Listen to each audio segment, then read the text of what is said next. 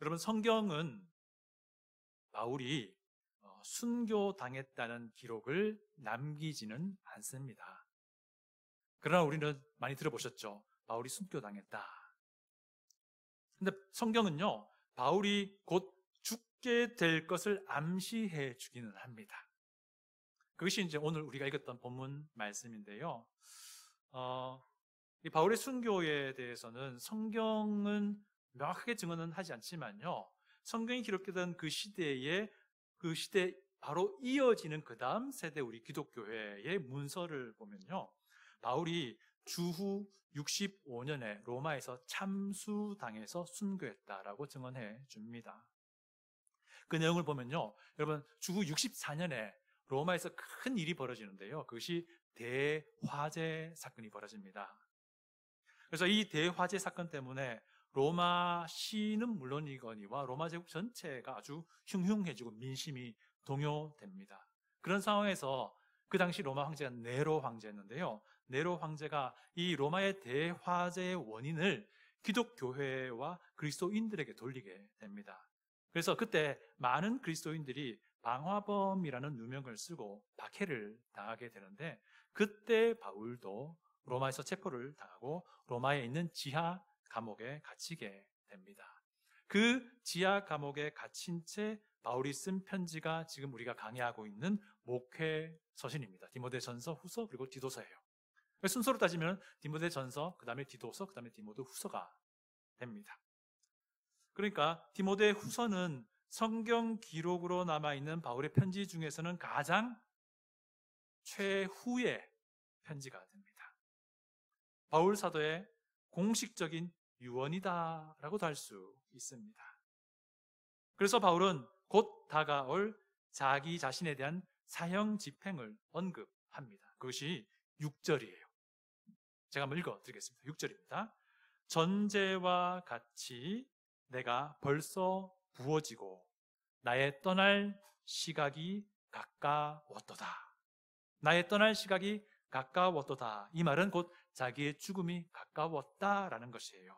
사형 집행이 곧 있을 것을 바울 사도가 감지한 것입니다. 그러면서 바울이 이렇게 말하죠. 전제와 같이 내가 부어졌다라고 말해요. 이 전제란 것이 무엇일까요? 이것은요, 구약 시대에 하나님께 제물을 드리던 방법 중에 하나입니다. 이게 뭔가 하니 제단 위에, 불이 있는 제단 위에 포도주를 붓는 그런 형태의 예배 방법이에요. 희생된 동물이 번제단에서 활활 타오를 때, 혹은 타오르고 난 뒤에 여전히 번제단에 뜨거운 불이 있을 때에 그 위에 포도주를 붓는 거예요. 뜨겁게 타오르는 불길 위에 포도주가 부어지면 어떤 일이 벌어지겠습니까? 칙! 그러겠죠. 그러면서 갑자기 수증기가 되어서 위로 막 올라갈 것입니다. 순식간에 포도주라는 액체는 우리 눈에 사라지고요, 기화된, 수증기가 된 포도주가 하늘로 막 올라가는 모양이 되는 거예요. 포도주라는 형태는 우리 눈에서 사라지지만, 이 땅에서 사라지지만, 포도주의 실체를 하나님이 받으신다라는 그런 의미가 들어있습니다. 여러분, 우리 그리스도인의 인생이 이와 똑같지 않습니까? 한시적인 내 삶의 겉모습은 한시적인 이 세상에서 사라질 것입니다.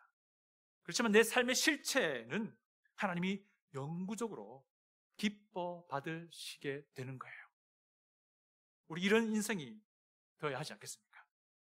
하나님이 내 삶의 실체를 기뻐 받으시는 그런 인생이 우리가 되어야 되지 않겠냐 하는 것입니다. 그래서 언젠가 순식간에 사라질 내 육신을 위해서 살 것이 아니고, 영원히 하나님이 기뻐 받으실 그리스도인이라는 그 실체를 위해서 지금 우리가 이 땅을 살아가는 인생이 되어야 하지 않겠나라는 것입니다. 바울은요, 자기의 삶과 자기의 죽음이 마치 전제가 드려지는 것과 같다라고 말하고 있습니다. 여러분, 바울의 삶과 죽음, 이거 우리가 한마디로 무엇이라고 말할 수 있겠습니까? 복음 사역을 위해서 자신의 모든 것을 갈아엎고 올인한 삶과 죽음 아닐까요? 심지어 바울은요, 이미 자기가 전제로 부어졌다라고 말합니다. 이와 똑같은 겁니다. 죽을 시간이 곧 다가왔다는 것입니다. 여러분, 약 4년 전에요, 바울이 로마에서 가택연금이 됩니다. 이때도 바울은요, 자기의 죽음을 전제로 표현한 적이 있어요. 바울이 이렇게 말합니다. 빌립보서에서 이렇게 말해요. 제가 들려드릴게요. 만일 너희 믿음의 재물과 섬김 위에 내가 나를 전제로 드릴지라도 나는 기뻐하고 너희 무리와 함께 기뻐하리니 라는 말이에요. 이게 무슨 말인 거니? 빌립보 교회 성도들이 바울 사도의 그 복음 사역을 위해서 헌금을 한 거예요. 그 헌금에 따라서 복음 전도 사역하다가 자기가 혹시 순교 당한다 하더라도 그것이 우리에게 참 나에겐 기쁨이다. 이제 이런 말을 한 거예요. 그리고 그때 그 말이 지금 디모데 후서를 기록하고 있는 지금은 실제로 이제 이루어지게 될 상황이 된 거예요. 그것이 디모데 후서입니다. 전제와 같이 내가 벌써 부어졌다. 이것은요, 지금까지의 복음 전도 사역에 바울의 모든 것이 녹아져 있다라는 뜻도 함의하고 있습니다. 바울의 수고가 녹아져 있고요, 눈물이 녹아져 있고요, 고난이 녹아져 있고 헌신이 녹아져 있다는 것입니다. 바울의 모든 것이 이 사역 안에 녹아져 있다는 것입니다. 바울의 복음 전도에 자기의 모든 것을 갈아 넣었다는 뜻입니다. 이것을 바울은 또 어떻게 표현하냐면요, 우리 본문에서 선한 싸움을 싸웠다고 말합니다. 달려갈 길을 마쳤다라고 말합니다. 믿음을 지켰다라고 말합니다. 7절 우리 다 같이 한번 읽어볼게요. 7절입니다. 시작. 나는 선한 싸움을 싸우고 나의 달려갈 길을 마치고 믿음을 지켰으니 라고 말합니다. 과연 바울이 싸운 그 선한 싸움이 무엇일까? 바울이 달렸던 그 경주, 그 길이 무엇일까? 바울이 지켰던 그 믿음이라는 것이 어떤 것을 의미할까?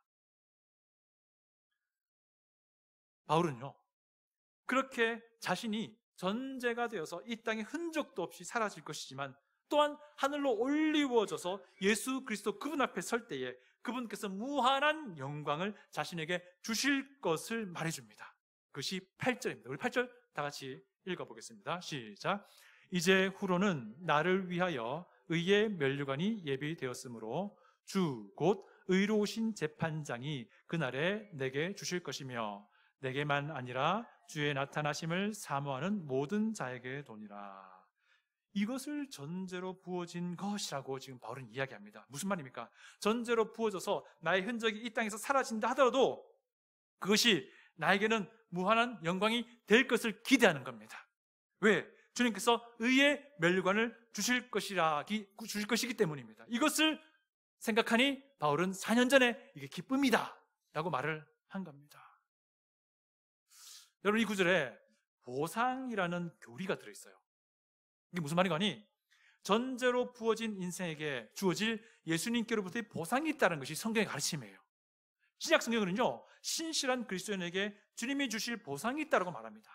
여러 가지 개념으로 설명하는데요, 그중 하나가 면류관이라는 개념입니다. 그래서 오늘 시간 잠깐 면류관이라는 개념으로 설명되는 보상이 무엇인지 한번 살펴보기 원합니다. 첫 번째는요, 기쁨의 면류관입니다. 이것은 복음을 전해서 믿음으로 사람들을 인도한 사람들을 위한 보상이에요. 여기에 있는 우리 모두가요, 여러분의 입술로, 여러분의 삶으로 복음을 전할 수 있기 바랍니다. 그래서 주위에 있는 사람들을 예수님께로 인도하시기 바랍니다. 예수님을 구주로 믿도록 도와줄 수 있기 바라요. 그래서 기쁨의 면류관을 우리가 얻기 원합니다. 두 번째는 생명의 면류관입니다. 이것은요, 예수님의 영광을 위해서 고난을 견디는 사람에게 주어진 보상입니다. 자기의 실수, 자기의 죄 때문에 고난 아니고요, 예수님 때문에 받는 고난, 그 고난을 잘 견딘 사람에게 주는 보상입니다. 생명의 면류관입니다. 세 번째는요, 영광의 면류관입니다.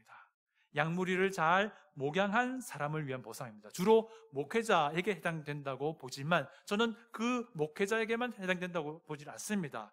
우리가 각 주변의 지체들을 잘 돌봐주는 이에게도 이 영광의 면류관이 주어질 것이라고 믿습니다. 네 번째는 썩지 않는 면류관입니다.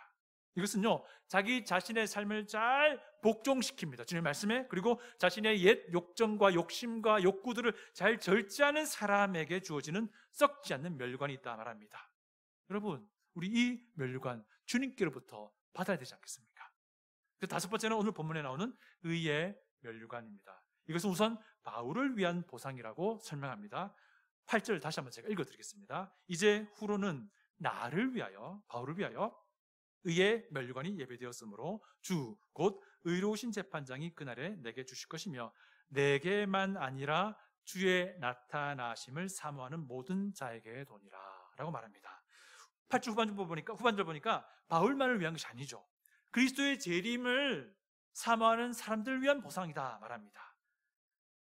의의 면류관을 바울이 받게 된다는 것은 바울이 그리스도의 재림을 사모했다라는 뜻 아닐까요? 아니나 다를까 실제로 1절을 보면요, 바울은 그리스도의 재림을 이야기하면서 자신의 본격적인 유언을 말합니다. 바울이 주님의 재림을 참 사모하는 사람이었다라는 것을 말합니다. 이 내용을 다시 한번 6, 7, 8절을 쭉 하나로 연결해서 설명하면 이렇게 됩니다. 재림을 사모했던 바울은 이제 곧 전제와 같이 부어지게 될 것입니다. 실제로 그는 전제와 같이 부어지는 삶을 살았습니다. 그래서 그에게 전제와 같이 부어지는 삶이라 함은 선한 싸움을 싸우는 것이고 달려갈 길을 마치는 것이고 믿음을 지키는 것이었습니다. 이렇게 하니까 예수님께서 의의 면류관을 주시더라는 거예요. 그러니까 이 바울 사도의 유언의 핵심은 뭐냐면요, 디모데에게와 그리고 디모데 외에도 모든 예수님을 구주로 믿는 제자들을 초청하는 겁니다. 어디에? 의의 면류관을 받는 시상식에 참여하도록 초청하는 거예요. 구경꾼으로가 아니라 그 시상식의 주인공으로 참여하도록 초청하는 것입니다. 어떻게? 예수님의 재림을 사모하는 삶을 살아서, 전제와 같이 부어지는 삶을 살아서, 선한 싸움을 싸우는 삶을 살아서, 달려갈 길을 마치는 삶을 살아서, 믿음을 지키는 삶을 살아서 그렇게 주님께로부터 면류관을 받도록 하자라는 초청의 메시지가 오늘 바울의 유언인 겁니다. 그렇기 때문에 우리 주님의 재림을 고대하면서 전제로 부어지는 삶을 불꽃같이 살다가 하나님의 부름을 받을 수 있는 우리가 되기를 소망합니다. 그런데 이미 2절부터 5절에서요, 그런 삶이 어떤 삶인지를 구체적으로 나열해 주고 있습니다. 어떤 것이 전제로 부어지는 삶을 사는 것인지 오늘 사도 바울의 유언의 구체적인 부분들을 몇 번 살펴봅니다. 첫 번째는요, 항상 준비되어 복음을 전하라 라는 것입니다. 2절 상반절을 읽어드립니다. 너는 말씀을 전파하라. 때를 얻든지 못 얻든지 항상 힘쓰라. 여러분, 여기서 말씀을 전파하라 라고 하는 것은요, 쉽게 말하면 복음을 전하라 라는 것입니다. 때를 얻든지 못 얻든지 항상 힘쓰라 라고 하는 것은요, 어떤 경우에서든지 그 복음 전하는 것이 준비되도록 하라 라는 것입니다. 어떤 상황에 있든지 복음을 전할 준비가 되어 있도록 하고 그렇게 복음을 전하라 라고 하는 것입니다. 여러분, 복음을 설명하고 예수님을 구주로 믿을 것을 초대하고 권면하는 것이 복음 전도예요. 여러분들이 예수님께서 나에게 어떤 분인지, 그들에게 어떤 분인지를 알려주는 것이 복음 전도입니다. 이 복음을 들은 사람이 자신의 마음의 변화를 얻어서 예수님을 구주로 믿게 되면은 그는 구원받아 영원한 생명을 얻게 되는 것입니다. 그들이 구원받게 되는 것이죠. 이것이 복음 전도예요. 여러분, 저는 강력하게 좀 도전하기 원합니다. 여러분, 구원받은 강력한 열매는요, 복음을 전하는 거예요. 예수 그리스도를 구주로 믿어야 합니다 라고 사람들에게 이야기하기 시작한다는 것입니다. 여러분, 오해하시면 안 됩니다. 목사만 복음을 전하는 것이 아닌 거예요. 구원받은 모든 이들이 복음을 전하는 겁니다. 여러분이 여러분의 삶의 현장에서 예수 그리스도의 복음을 여러분의 말로 설명하고 예수님을 소개하는 것, 이것이 여러분이 해야 할 복음 전도예요. 그리고 복음을 전할 수 있도록 항상 준비가 되어 있어야 한다는 겁니다. 여러분, 다시 한번 강력하게 권면합니다. 여러분 자신이 여러분이 만나는 사람들에게 복음을 전하는 거예요. 물론 때로는 그들을 교회로 연결하여 인도할 수도 있고요, 때로는 목사에게 인도하여 목사라고 복음을 전하게 할 수도 있습니다만요, 그러나 복음 전도는 누가 해야 되는 것인가라는 문제에 있어서 가장 우선순위는요, 구원받은 우리 자신 각자에게 있다는 겁니다. 이것을 꼭 기억할 수 있기 바랍니다. 여러분이 예수님을 구주로 믿고 있다면 여러분은 여러분의 구주이신 예수님을 말하게 되어 있습니다. 여러분의 구주이신 예수님을 사람들에게 말하게 되어 있다고요. 여기에는요, 어떤 변명도 개입될 여지가 없습니다. 항상 준비되어 복음을 전하는 삶이 재림을 사모하는 삶이다라는 것입니다. 항상 복음을 전하는 삶이 전제로 부어지는 삶이다라고 하는 거예요. 항상 복음을 전할 수 있도록 준비되는 것이 선한 싸움 싸우는 것이고 달려갈 길을 마치는 것이고 믿음을 지키는 것이다 라고 하는 것입니다. 두 번째는요, 경책하고 경계하고 권면하고 또 그것들을 받는 거예요. 2절 하반절을 봅니다. 오래 참음과 가르침으로 경책하며 경계하며 권하라. 우선은 목양하는 사람의 입장에서 있는 디모데가 양무리를 경책하고 경계하고 권면해야 한다라는 것이고요. 이 말은 목양을 받는 입장에서는 목양하는 이의 그 경책과 경계와 권면을 받아야 한다는 것을 말합니다. 여러분, 권면한다는 것은 우리가 쉽게 이해됩니다. 그런데 경책하고 경계한다는 것은 어떤 의미냐면요, 이 그리스어 단어를 보면요, 둘 다 비슷한 개념을 가진 단어이긴 한데 요약하면 이래요. 죄를 공개적으로 드러내어서 죄 지은 이에게 죄책감을 주는 행위를 말해요. 굉장히 스트롱하지요. 그리고 죄 지은 이를 꾸짖거나 경고하는 행위를 말합니다. 그게 무슨 말인 거니? 양무리 중에 죄 지은 자가 있다면 목사가요, 그 사람을 경고하고 꾸짖고 때로는 그 죄를 공개적으로 드러내서 그 사람으로 하여금 죄책감을 느끼도록 한다는 거예요. 무엇 때문에 그렇습니까? 그 죄 지은 이가 분명히 그것이 죄인 줄 알고 회개하여 돌이키도록 기회를 주기 위함이라고 성경 말해요. 양무리는 어떻게 해야 되겠습니까? 양무리는요, 성경 말씀에 근거하여 성경을 벗어나지 않는 목사의 그 경책과 경계와 권면을 받을 수 있어야 한다는 것을 말합니다. 그런데 사람들은요, 성경에 근거한 이런 경책, 경계, 권면을 그리 좋아하지 않습니다. 왜 그렇습니까? 내 욕심과 내 생각에 따라 살려고 하는 경향이 있기 때문에 그렇습니다. 3절, 4절 제가 읽어드리겠습니다. 때가 이르리니 사람이 바른 교훈을 받지 아니하며 귀가 가려워서 자기의 사욕을 따를 스승을 많이 두고 또 그 귀를 진리에서 돌이켜 허탄한 이야기를 따르리라. 가려운 귀를 긁어줄 선생을 찾는다는 것, 이것이 현대인들의 모습이라는 겁니다. 심지어 현대 그리스도인이라고 불리는 사람들의 모습이라는 거예요. 왜 그렇습니까? 자기 생각으로 가득 차 있기 때문에, 자기 욕심으로 가득 차 있기 때문에 그렇습니다. 그래서 교회를 찾아오긴 해도요, 성경의 이야기를 들을 생각이 없습니다. 그래서 성경이 있는 바를 그대로 전하면요, 그것이 자기 생각과 자기 욕심과 충돌이 되니까 싫어합니다. 그래서 교회를 떠납니다.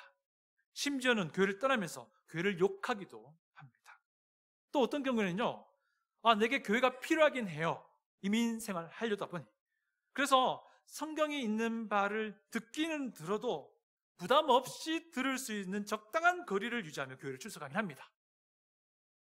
그런데 실상은요, 그것은 성경이 말하는 바에 대해 관심이 없는 것이죠. 여전히 내 생각으로 가득 차 있는 상황인 겁니다. 여러분, 목사가요, 경책과 경계를 남발해서도 되지 않지만, 그러나 양무리도요, 목사의 경책과 경계와 권면을 기꺼이 수용해야 한다라는 것을 말해주고 있습니다. 이것이 목양이다라고 하는 것을 우리가 이미 목회서신 강의하면서 배우지 않았습니까? 목사는 성경의 권위로서 경책, 경계, 권면할 수 있어야 하고요, 양무리는, 지체들은 목사의 경책과 경계와 권면을 기꺼이 받을 수 있어야 한다는 것입니다. 이렇게 하는 것이 재림을 사모하는 삶의 모습이라는 겁니다. 이렇게 하는 것이 내 삶이 전제로 부어지도록 하는 것이다 라고 하는 것입니다. 이렇게 하는 것이 선한 싸움 싸우는 것이고 달려갈 길 마치는 것이고 믿음을 지키는 것이다 라고 말하는 거예요. 세 번째는 맑은 정신으로 고난을 견디라 라는 것입니다. 사랑하는 성도 여러분, 디모데 후서의 사실상 핵심 가르침은요, 고난이에요. 왜 그런지 아십니까? 바울 사도가 지금은 무고한 사형 집행을 기다리던 고난 중에 있었습니다. 그죠? 그리고 디모데는 어떻습니까? 에베소 교회, 아주 난장판이 된 에베소 교회를 바로 잡으려고 하던 고난의 목회를 하고 있었습니다. 그리고 디모데 후서도 말합니다. 예수님의 좋은 병사라면 고난을 받으라. 고난을 받을 줄 안다. 라고 말하고 있습니다. 예외가 없다는 거예요. 심지어 그리스도를 신실하게 믿는 제자라면 바울과 함께 고난에 동참해라. 라고 강력하게 명령하기도 합니다. 여러분, 그리스도인에게 고난은요, 필수예요. 그래서 바울의 마지막 유언도 똑같은 걸 말합니다. 5절 상반절 보십시오. 그러나 너는 모든 일에 신중하여 고난을 받으며 라고 말합니다. 신중하다는 것은 맑은 정신이라는 것을 이미 얘기했습니다. 그리스도인에게 고난은요, 필수적이다라고 가르치는 성경의 그 가르침을 맑은 정신을 가지고 읽어내라는 거예요. 그리스도인에게 고난은요, 변수가 아니고요, 상수입니다. 고정된 상수예요. 그리스도인에게 고난은 그리스도인이 정말 제대로 살고 있는가를 보여주는 지표, 증거가 되기도 합니다. 여러분, 고난이 있을 수도 있고 없을 수도 있고 이거 변수다라고 생각하는 사람은요, 고난을 만나면 가던 길을 덜썩 주저앉아 멈추어 버릴 겁니다.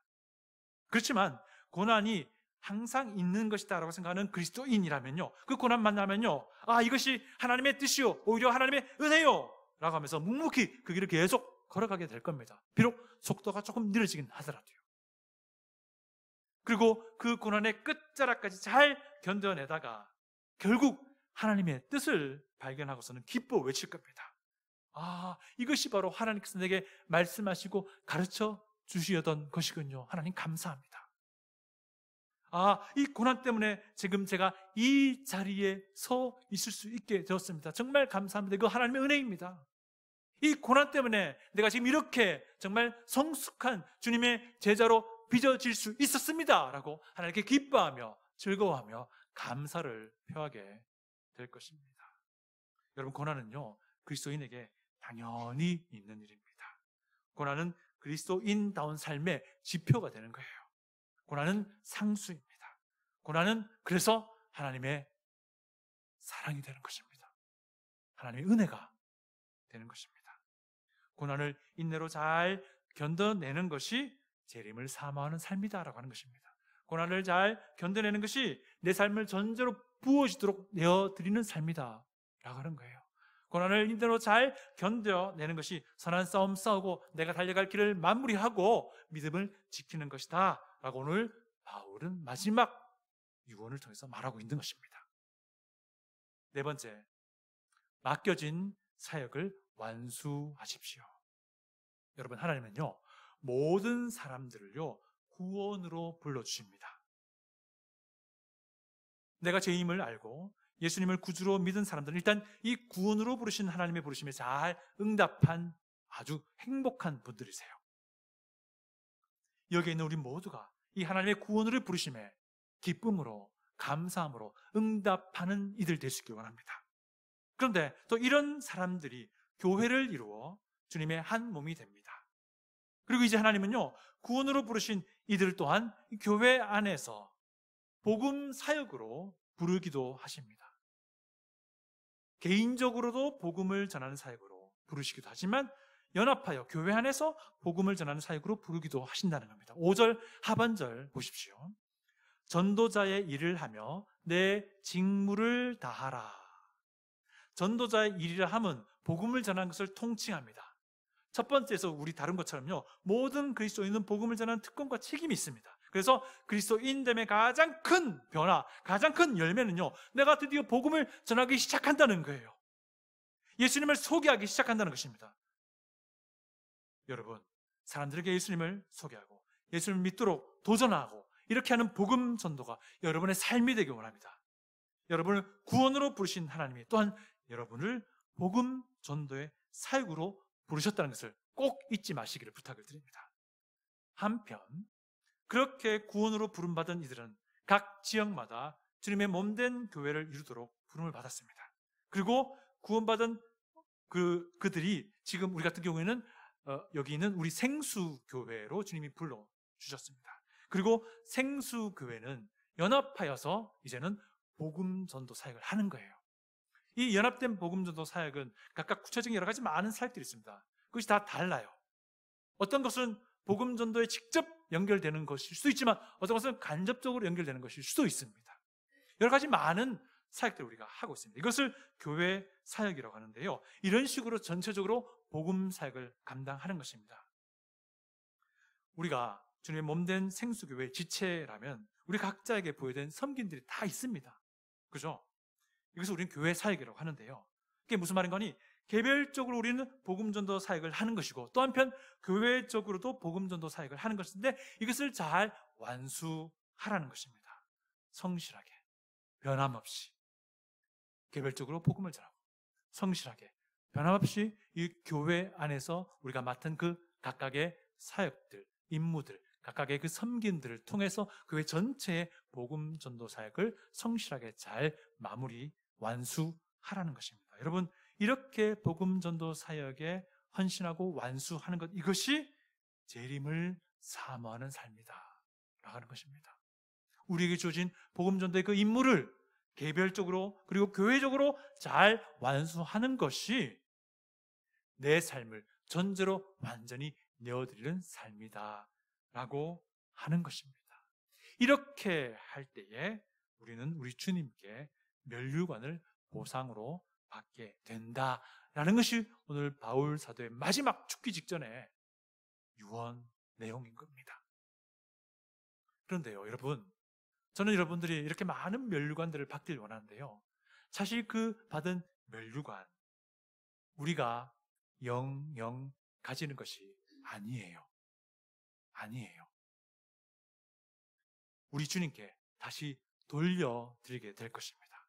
받은 면류관을요, 다시 주님께 드려서 주님을 찬양하며 예배드리게 될 것입니다. 요한계시록 4장 보시면요, 구원받은 이들을 대표하는 24장로라는 존재가요, 자기 머리에 있는 면류관을 벗어서 주님께 돌려드립니다. 그러면서 경배와 찬양을 드리는 장면이 나옵니다. 사랑하는 성도 여러분, 그리스도의 재림을 사모하면서 전대로 내가 부어지는 그런 삶을 살 수 있길 바랍니다. 그래서 주님 만났을 때에 정말 많은 면류관을 주님으로부터 받기를 원합니다. 그리고 우리는 그 면류관을 내가 가질 게 아닙니다. 그 받은 면류관을 벗어서 우리 주님께 다시 돌려드리며 그분의 이름을 찬양하게 될 것입니다. 그 드려진 면류관은 우리 주님께서 영영 갖고 계실 것입니다. 이것이 우리에게도 영광이지만 우리에게 영광으로 주신 그 면류관이 또한 우리 주님께 영광이 되는 것입니다. 어떻습니까? 우리가 우리의 삶을 전제와 같이 부어지도록 해야 할 이유가 충분하지 않습니까? 다시 기도하겠습니다.